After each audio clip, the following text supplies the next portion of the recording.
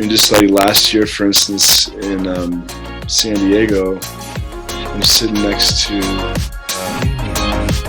I hate to be a name dropper, but the guy who I'm sitting next to breaks the story of Cole being signed. And as he gets a text message from Scott Boras, he elbows me and. Welcome to Blake Street Banter, where one of us knows what the word banter means, the other two are just along for the ride. Kirk, say what's up. What's up?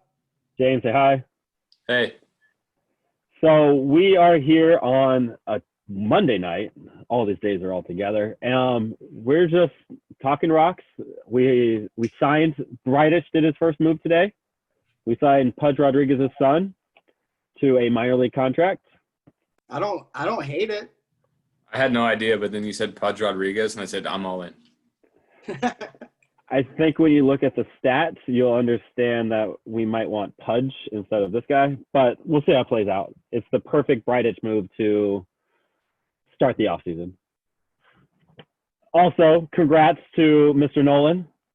Platinum glove, gold glove winner, broken shoulder and everything. Congratulations, Nolan being Nolan. It's going to be so much fun watching him play for the Dodgers next year.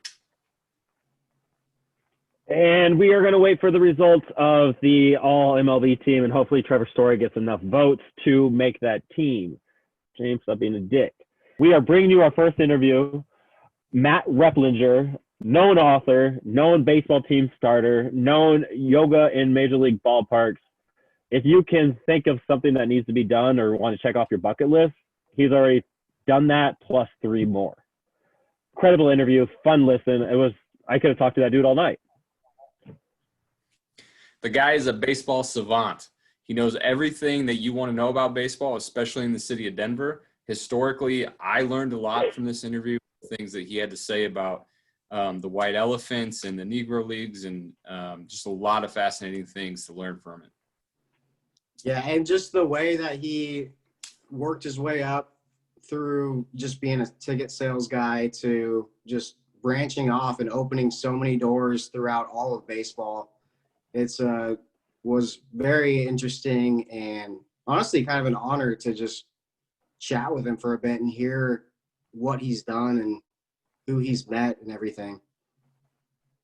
It's incredible. That Maury Wills story that they're going to make a movie out of, I guarantee it,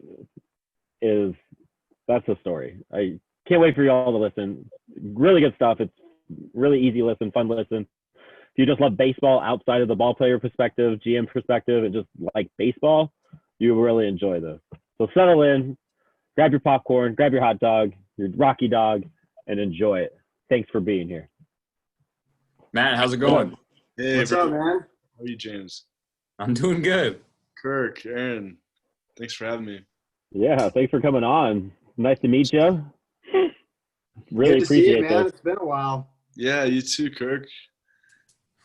I follow your life in Santa Barbara. Yeah. But, Yeah, man, you were going to come stay with me in Ventura that one time. yeah, it's probably 3-4 years ago. Were you just going to live in a van down by the beach? I was traveling a lot at the time, for sure. Yeah. Living out of a Prius. Oh, yeah. Yeah. In 2016, I was working with the Mariners quite a bit. And I was also handling the yoga event for the Angels and the Dodgers. So I was driving up and down the West Coast like all summer. But it was a great season in terms of baseball that year. Yeah, it sounds awful. Up and down the coast. My first question is, so like, how did you get involved at the major league level? I started out with the Colorado Rockies right out of college, and I started as a low man on the totem pole. I started in the ticket department, group ticket sales, season ticket sales, and really had designs of being a Rockies employee the rest of my life. I loved working for the Rockies. I spent 6.5 years, most of my 20s, working for the Colorado Rockies, mostly in group ticket sales. But I helped out in other departments too. but never quite like I wanted to. I always wanted to work in baseball operations, as does everyone. But that was really where I was most passionate, not necessarily working simply just anywhere in the front office. I wanted to work on the baseball side. And, you get sort of glimpses of, what it's like to be in player development or be in scouting, and you share elevators and break rooms and space with, the sort of brass. And the folks that I met in those 6.5 years that I worked for the Rockies really went on to be some of the biggest decision makers in all of baseball. Um, Dan O'Dowd in the mid 2000s had a real knack of hiring future GMs and future assistant GMs and scouting directors and people who became rather influential just years later.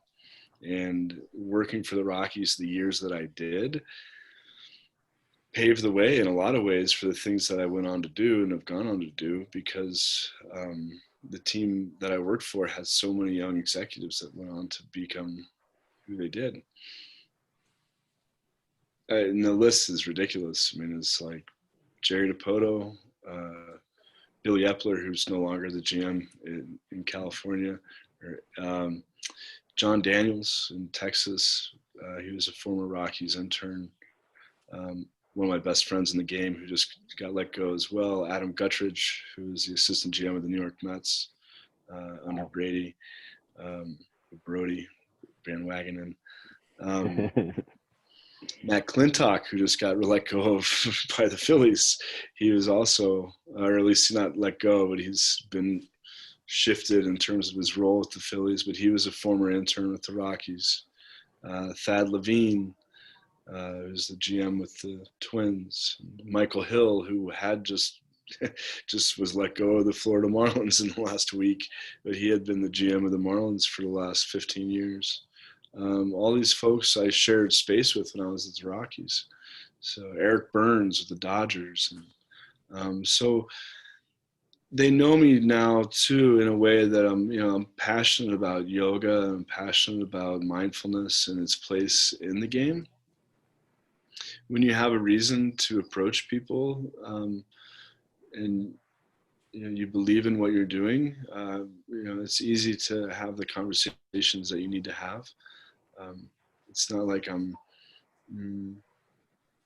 sort of just like shilling for something I don't believe in. Like, I think that yoga and mindfulness is very helpful to athletes, from a mental, from a spiritual, from a physical. There's all different aspects that it's beneficial. So, whether I'm talking to Scott Boras or I'm talking to, you name the MLB media person, I feel confident in the subject matter because it makes sense. There's merit to it. So. Yeah. So going off of that, can you describe what you're doing right now, what you're working on, what your role is? It's a title, call it what you will, but I am the director of yoga and mindfulness for the Association of Professional Ball Players of America, the ABPA, which has been around since the 1920s. Babe Ruth, Kennesaw Mountain Landis, Lou Gehrig, and Ty Cobb actually helped found the Association of Pro Ball Players of America. And it has been a fraternity, a brotherhood of pro ball players, helping, issuing grants and doing things that are of service to ball players that are really less fortunate. So it's something I believe in and have for a long time. My friend Dick Beveridge, who is the secretary treasurer of the association for like 30 years. Dick and I met through the Society for American Baseball Research. I was a local chapter president here for 4 years, and I would attend the national convention for many years. And that's where Dick Beveridge and I became friends. And he really had run the Association of Pro Ball Players of America for many years. And he endorsed my company, Pro Positive Yoga, back when I started it, 2013, 2014. So I had been kind of loosely associated to the association for a long time. And then when the new president stepped in, Jennifer Madison, she's wanted to have someone sort of in my role for some time. And, as we got to know each other better, she just felt that I was the right person. And all that I do is really try to raise awareness for the association itself through raising awareness on yoga and mindfulness. So I have conversations with people within Major League Baseball organizations on the subject, and we host similar sort of webinar podcasts like what you guys do here, but for the association. So that's awesome. That's incredible. So I mean, very important question. What's your most favorite position of yoga at what spot in the field? Like, is it downward dog on the mound? Is it the cobra at the home plate? Like, what's the best yoga position on the field? I'm not sure how to answer that. I guess it all depends on who's practicing, because yoga is something that's fairly personal, and it depends on whoever we're talking about, because everyone's body type is different, everyone's muscles and myofascial and where we're tight and where we hold tension is different. So it's hard to answer a general question. That's the best I could do, I guess. No, that's good. So what goes into setting up these events at the ballpark? So what do you have to do on your end to create these yoga mindfulness events happening at these ballparks? So yeah, that sort of fell in my lap. My background working in group ticket sales and season ticket sales for a Major League Baseball club kind of allowed me to speak the language in terms of putting on these events, because who I'm working with mostly is the group ticket sales department. They're the ones that are really looking to bring in as many fans as they can, and they target different yoga studios, and I help with. One way of looking at it, the event, you could say it wouldn't probably happen without me being involved. And then you could look at it another way and say that I had nothing to do with it. Maybe it was just even sometimes me having a few different emails and conference calls with these clubs. And anymore, I don't even attend a lot of the yoga events that I put on. So, granted, we haven't had any since 2019. But I've helped almost half of Major League Baseball with a different type of yoga day or yoga event in some form or fashion, whether it be us having them in super suites leading right up to the game like we do with the White Sox, or if we have a full-blown yoga event taking place covering the entire outfield either before or after a game. We've had over 2,000 people on the field for the Pittsburgh Pirates, had well over 1,000 people on the field for the Los Angeles Dodgers. I've handled the yoga event with the Colorado Rockies every year that they've had one, where now we've averaged over 500 people. So, my background in ticket sales and working with different large yoga entities has helped, sort of being a conduit for all these things to come together. I don't know how I was so lucky to sort of have this happened, but the Rockies knew that I had a lot of connections within the yoga community here in Denver, and that's why they asked me to help with their yoga event back in 2013. I was working for Major League Baseball at the time as a statistician up in the press box, and someone from the group sales department asked me, would you like to help us with our yoga event? And I said, sure, of course. And that led to me helping then the Dodgers, then the Angels, and now the Diamondbacks, the Pirates, the Nationals, the White Sox, quite a few other teams, the Rays, all with their yoga event, the Mariners. Wow. So it's really just been, baseball is a weird thing. When one team sees that a team's doing it, then everybody wants to do it. And I've definitely taken advantage of that. and what I offer is unique. So like I went on a road trip back in 2016 where I met with 8 teams over the course of 8 days. And I would let every team know that I would be in their town or their city, you know, a couple days in advance, and every team wanted to meet with me. So like, I don't think if I was selling something else, they'd be so interested. But I had some sort of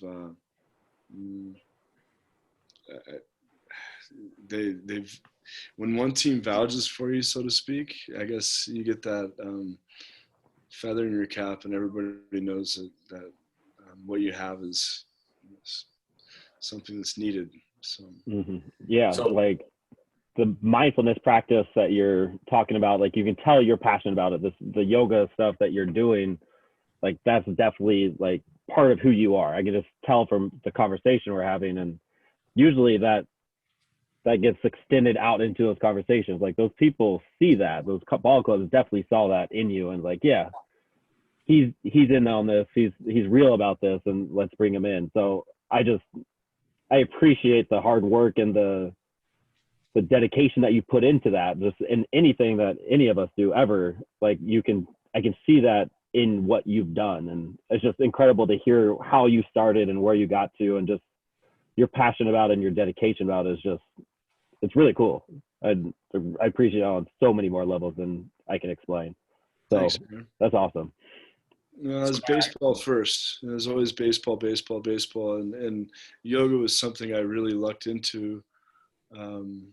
After the Rockies won the National League Championship and lost the World Series in '07, I was hired by John Elway and the arena football team that was here in Denver, the Crush. Yeah, And humble brag. No, it's fine. I never really, desired to work in football, let alone arena football. But I was really thankful that I was able to take that job because it led me to yoga. I got on my elevator one day at the high rise I was living in downtown Denver, and this gentleman gets on the elevator carrying all these yoga mats, and he goes, "Hey, you work for the football team?" And I was like, "Yeah." He goes, I'm the yoga instructor for the football team. I've seen you around the complex. He's like, "You live in this building?" And I'm like, "Yeah." He goes, "I lead a free yoga class in this building every Wednesday night." He's like, "You really ought to take up yoga."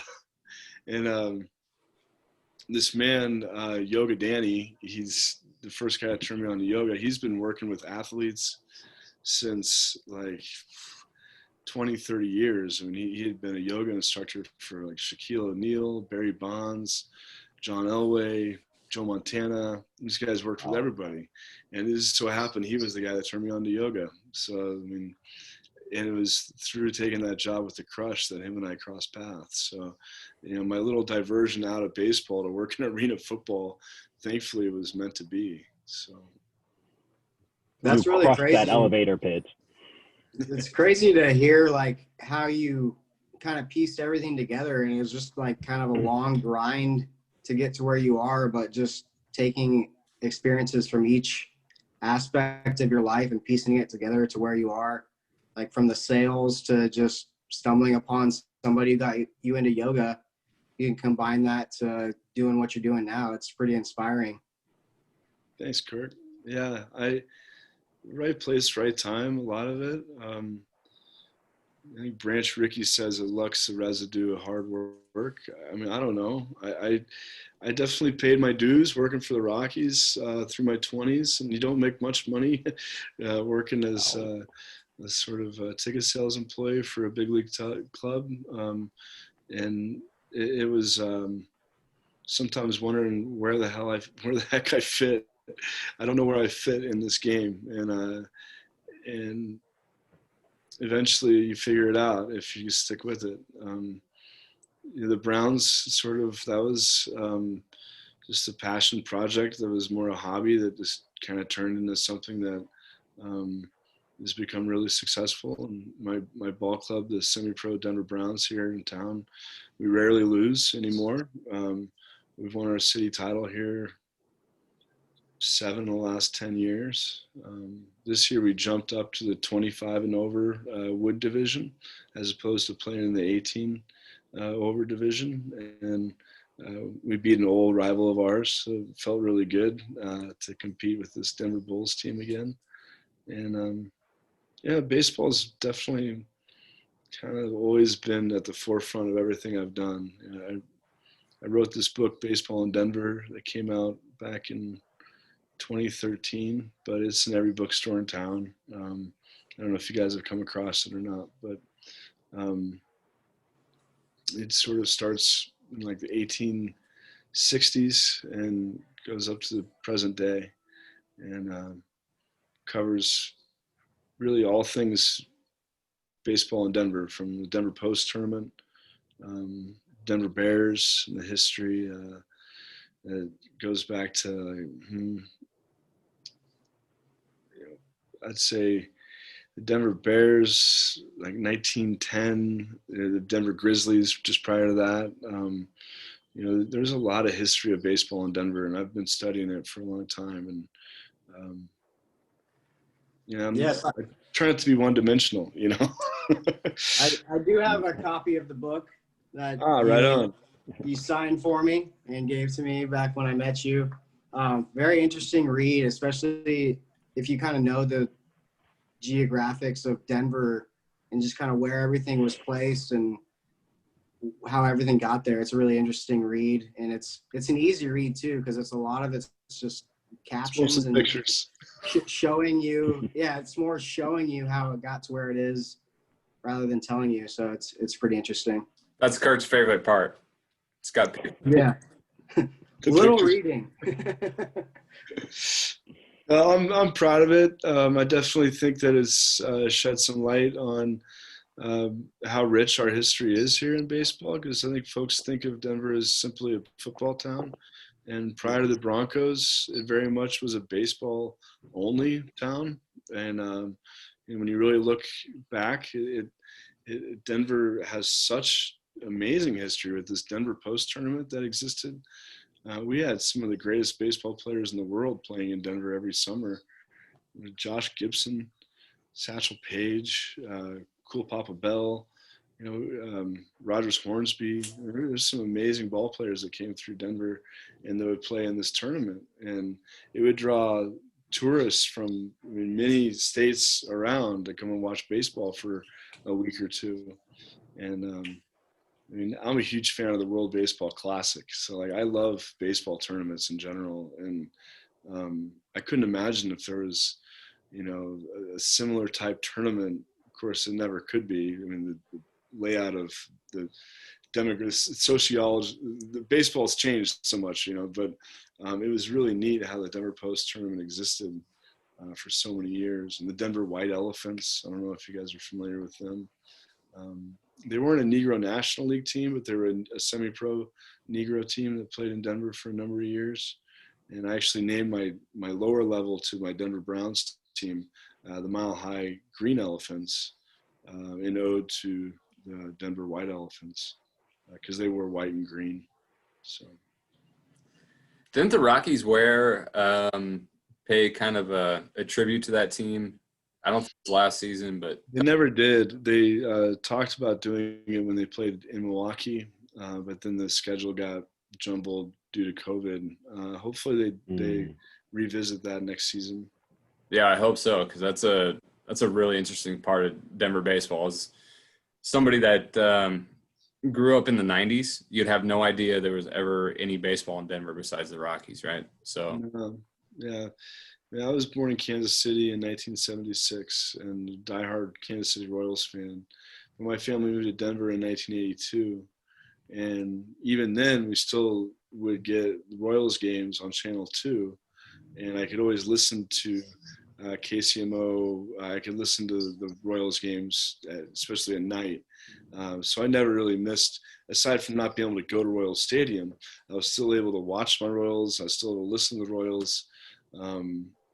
And then the Rockies came in '93, and we had the Zephyrs and the Bears then the Zephyrs, I should say.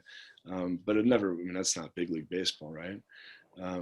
you sit in this giant empty Mile High Stadium and watch AAA baseball.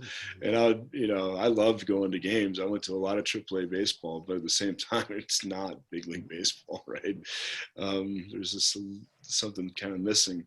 When you go to a big league game, you're there. I remember going to Yankee Stadium when I was a teenager, and the goosebumps you'd get, from seeing the field, and going to Wrigley Field when I was a teenager. I mean, there's just something different about going to a big league field.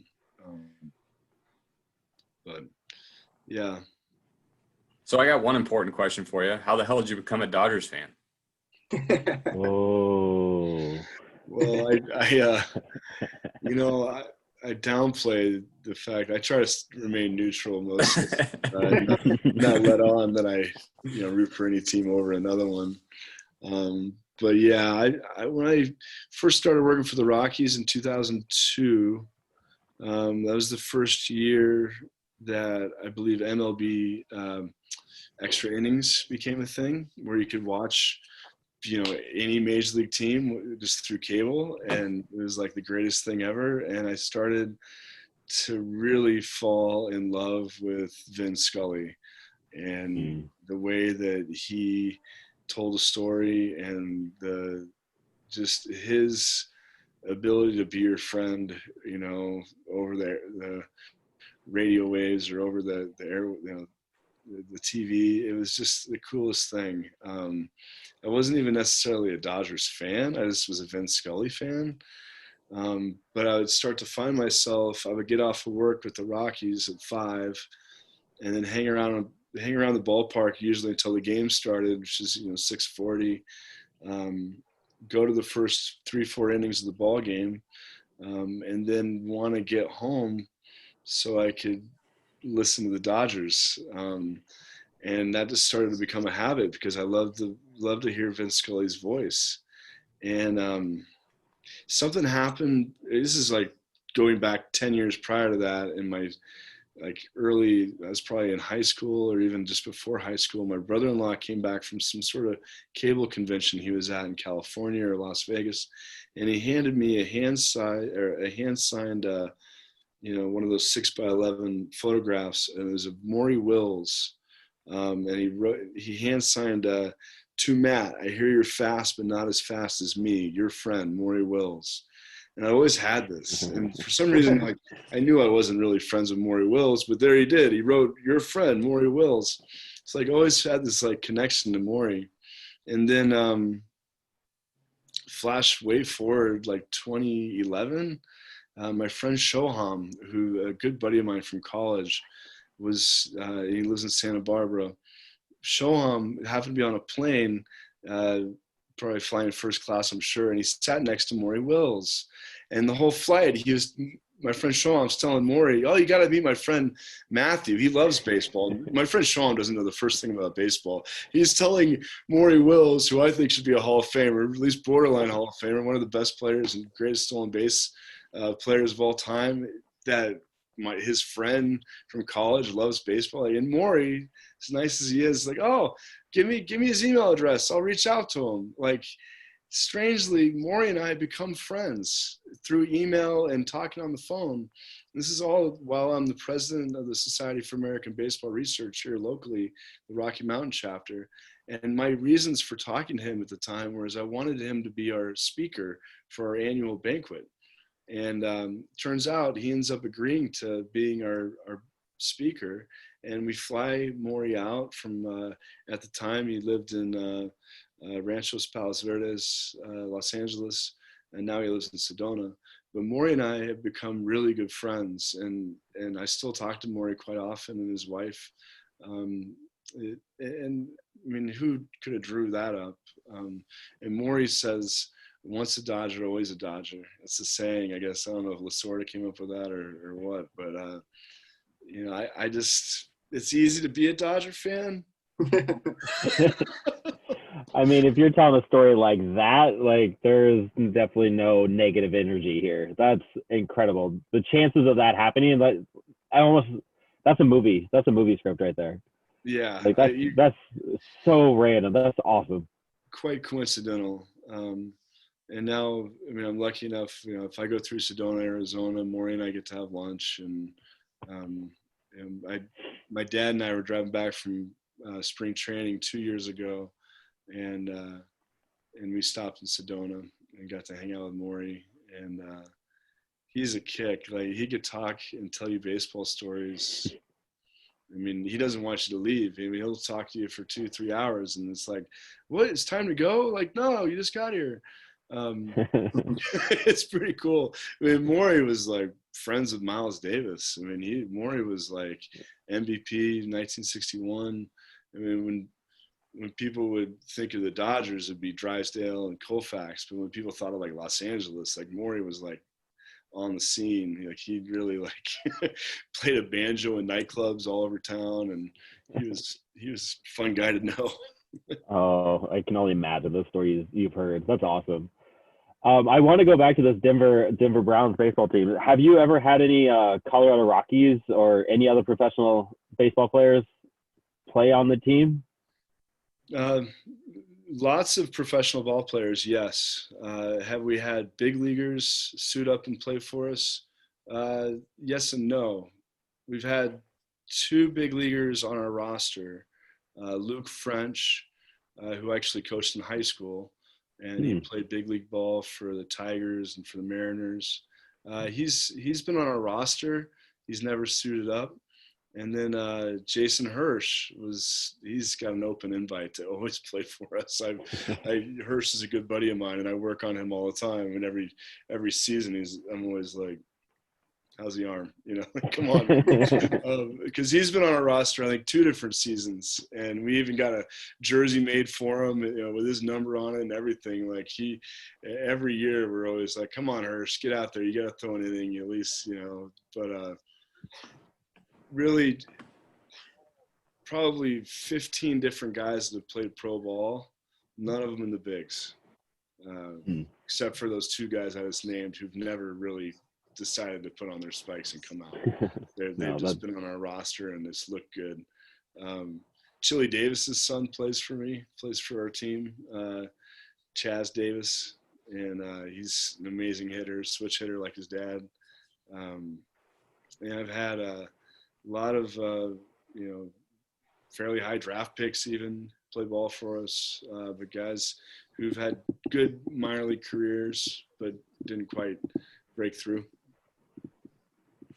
No, that's cool. Like, it's just, again, your story is just like, hey, let's start a baseball team, and then you have Jason Hirsch, you're making that connection. You got Chili Davis's son playing for you. It's just one of those moments. Again, the movie script, like, you're just putting it out there and you're creating it and you're just going for it, and it's, again, just inspiring. It's really cool. It's probably about 2007 was the first year we had the Denver Browns, and the reason we started the team and our mission statement alone kind of says why we started the team is to be the best at everything we do, to break the mold of amateur and semi-professional baseball, and to be the best in everything we do from the field to the community.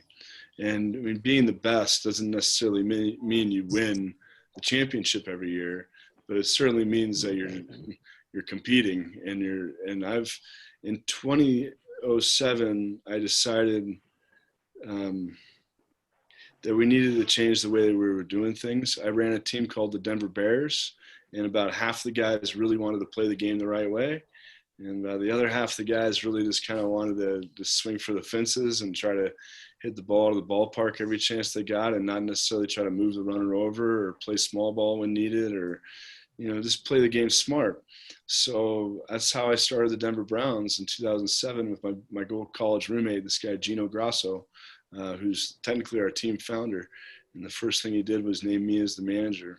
And we've had a lot of success, and it's because we look at playing the game the right way, and really respect the game as the best we can. I mean, we're my manager now, Mike Anisco. He's won 5 championships in the last 6 years. I mean, the guy's he's Midas. He's a player's manager. He's laid back, but when it comes time to get W's, he knows what to do. So it's been really fun to work with him. We have one of the only openly gay baseball players in America, former Rockies draft pick, former All-Colorado Player of the Year, in fact, Matt Barker, who was injured this season, but hopefully be back next year. And he's one of the most hard-nosed ball players you'll ever meet. I mean, he's freaking intimidating. He kind of plays the game as if he's Jackie Robinson. I mean, I think in years past, we kind of have had a maybe kind of country club attitude on the team where everybody's really laid back, almost too laid back. When Barker shows up, he's got a chip on his shoulder, and I wouldn't want to play against Matt Barker. He's just a tough SOB. And it's really cool to have him on the team. We missed him this year, so hopefully he's back next year. But as I said, he's one of the only openly gay baseball players in America, and that's unfortunate, maybe, that there's not more sort of diversity in that in the game. But things are changing. It starts with one, right? Like, and Barker's that man. That's awesome. That's, again, incredible. So we're going to wrap up here. What would you say is like your biggest, which one do you enjoy the most? I know you might have a hard time answering this, but like, was it like writing the book, researching the book? Was it starting the baseball team, creating this baseball team? Was it doing the yoga in the ballpark? Like, what is giving you like the most satisfaction? Let's go with that word, satisfaction, with this. I've won 7 championships now with the Denver Browns. I'm not necessarily a family guy. I don't have kids. I've never been married. But those championships, I wouldn't trade them for the world. And, you kind of say the same thing about your children. You wouldn't trade them for anything. Some of these friendships I've made through baseball, whether it be friends I have at the winter meetings or friends I have through guys who have, toiled and worked on these championships with. I mean, those relationships, they mean so much. I won a national championship with the Rockies back in 2007, as a member of the organization. That felt really good. Being an employee for Major League Baseball, that's definitely, it always looks good on your resume to say you worked for the league. And that job that I had working for the league was one of the most difficult jobs I've ever had. And being a digital scorekeeper and, having to be as focused on the game as you possibly can be. I mean, at the same level as a manager, having to be paying attention to every little thing. There's a lot of things. Probably what I'm most proud of is starting one of the first, if not the first, Pride Night in Major League Baseball history. When I was working for the front office in group ticket sales for the Rockies in 2006, I started the first Pride Night, which is, GLBTQIA friendly event. Now all of Major League Baseball, not all, but most of Major League Baseball has their own version of that. I can't put my finger on one thing. I don't know. And honestly, when I asked that question, I didn't think you'd be able to. That everything you've done is incredible. And again, I said it earlier, but your passion for every little piece that you've gotten to, like you've done on your journey to here, I can tell like you put everything who you are into that. And I don't think anybody can ever take that away from you. And it's, again, just inspiring, like get out there, whatever you're passionate about, do it. Everything will work out. And if it doesn't, you'll find a different way. And I know I'm speaking for James and Kirk here, but like, it's really cool. Like just having this conversation with you and listening to how you got where you are. Like I was super excited. Like dude's doing yoga in Major League ballparks. Dude wrote a book. I'm just trying to read a book. He started a baseball team and he's winning championships. He's creating all of these relationships with these professional ball players. And like, it's just, I was excited to talk to you and like get to know you and like see who you were, and everything that's gone over through these last 40 minutes have just like exceeded my expectations, because again, you are who you are and you make it known and it shows, and it's incredible to see that in this moment, in this where we are right now. And it just, I can't thank you enough. I can't appreciate it enough for that. So Thank you, Aaron. It's really nice of you to say. I appreciate you guys having me on. It's very cool. thank Yes, you. thank you Matt. for sure. Thank you for coming on. Yeah, thanks, Matt. It was great to meet you. Yeah. Take care, guys. Thank you. This is Blake Street Banter, where 3 of us know what the word banter means, and the other 2 are just along for the ride. Thank you all. Go Rocks! Thank you for watching. Find us on Twitter, Instagram, YouTube. You can listen to us on Spotify, Apple's Podcast, or Google Podcast by looking up Blake Street Banter. Thank you. It's crazy to think that he basically started yoga around the country and even the LGBTQ. Like, he was like the first one to open that door. Dude opened up a lot of doors. Yeah. Like, he just did it. Crazy. That's great. It's crazy to think like all he did was just get a ticket sales job and just stuck with it and then figured out along the way what doors would open and just took them. Mm-hmm. That's crazy. I think his history of baseball in Denver is one of the coolest parts about the whole thing. I mean, like, it's all cool, but like for me, historically, that's the nicest part for me. Like the white elephants and the Negro Leagues and all that stuff. Like, people don't know about that shit. Yeah.